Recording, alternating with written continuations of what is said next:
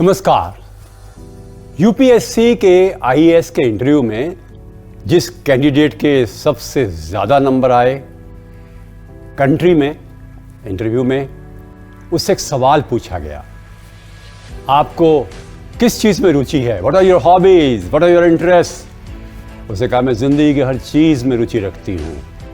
Hobbies तो मेरी develop हो जाएंगी, कुछ हैं भी। क्या मतलब? इंटरव्यू बोर्ड ने पूछा। उससे कहा मुझे ना केवल philosophy, sociology, economics, political science में इंटरेस्ट है, साइंस में है, एस्ट्रोनॉमी में है, होम्योपैथी में है, मेडिसिन में है। मैं सबके बारे में जानती हूँ थोड़ा थोड़ा और जिज्ञासा रखती हूँ, परंतु मुझे गार्डनिंग तरफ इंटरेस्ट है। मुझे इंटरेस्ट है रीडिंग में, राइटिंग में, पोएट्री में, म्यूजिक में, स्पोर्ट्स में, एस्ट्रोनॉमी में, ट्रैवल में। कुछ मिनट और लिए उसने, परंतु मुख्य बात यह है कि हाईएस्ट मार्क्स क्यों आए? क्योंकि हमारा आकर्षण ऐसे व्यक्तियों के प्रति अवश्य होता है जिन्होंने जीवन को सांगोपांग ढंग से जिया हो। होलिस्टिक लाइफ, कंप्लीट लाइफ, पूर्ण व्यक्ति के रूप में मनुष्य का विराट रूप एक होता है। विकसित करने वाले लोग ही जिंदगी में महान माने जाते हैं।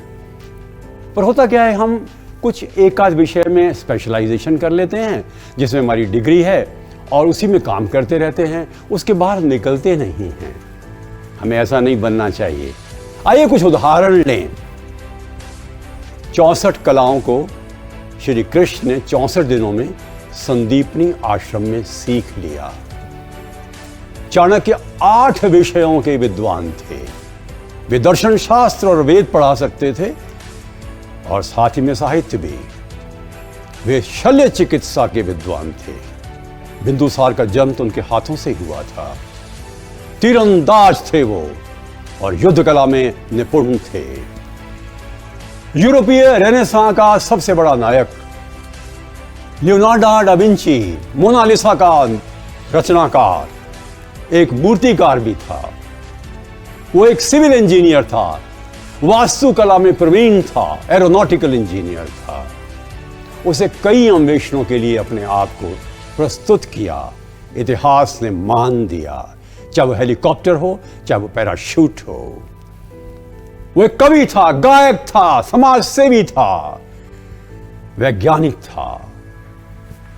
स्वामी विवेकानंद महान वक्ता, लेखक, कवि, गायक, और साथ ही में उनकी रुचि किस चीज में थी?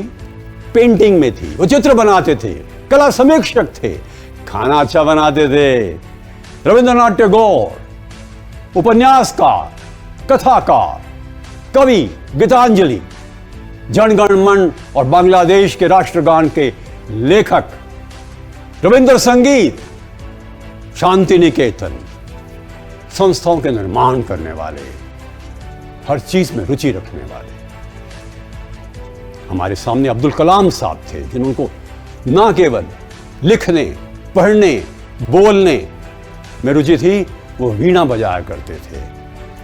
भारत के हर एटॉमिक साइंटिस्ट को संगीत का शौक रहा है। सत्यजीत रे महान कलाकार, कथाकार, बच्चों की कहानियां लिखने वाला, संपादक, नवीनता लिए हुए अपने दृष्टिकोण में। अब हम देखें सरोजिनी नायडू को लें, जिनको कि भारत कोकिला कहते थे। बहुत अच्छी कवित्री थी, गायिका थी, लेखिका थी और राष्ट्र निर्माण में उनका योगदान अतुल्य था। महादेवी वर्मा महान लेखिका, कवित्री, उपन्यासकार, कथाकार और साथ ही में गायन की बहुत जबरदस्त शौकीन। कविता गाती थी तो लोग भूल जाते थे आसपास के पर्यावरण को। एक के बाद एक ऐसे और उदाहरण हैं जो कि हमें निश्चित रूप से ऐसे व्यक्तित्व प्रस्तुत करते हैं जिन्होंने जीवन को पूर्णता से जीने का संकल्प किया हो। हम ऐसा क्यों नहीं कर सकते? अच्छा, आप पूछेंगे लाभ क्या है? आपका जीवन का विकास है, हर दृष्टिकोण से, सांगोपांग ढंग से। आपका जीवन इंद्रधनुषीय बनता है, आप लोकप्रिय होते हैं, मित्र बनाते हैं, सफल होते हैं, संतोष मिलता है, आप बूढ़े नहीं होते और आप हर समय पर जीवन में आनंद, उत्साह और उमंग से जीते हैं। समय निकालिए, योजना बनाइए, रुचियां रखिए, जिज्ञासा रखिए, पढ़िए, हर विषय को इंटरेस्ट लीजिए, सभी क्षेत्रों के बड़े बड़े लोगों से मिलिए, डायरी लिखिए और अपने आप को प्रस्तुत कीजिए ईश्वर के सामने उसके महान एक ऐसे पुत्र या पुत्री के रूप में जिसको संपूर्ण जीवन में शौक है बागवानी का, होम्योपैथी का, एस्ट्रोलॉजी का, मेडिसिन का, ट्रैवल का, बुक्स का, लिखने का, कविता का और गाने का। नमस्कार।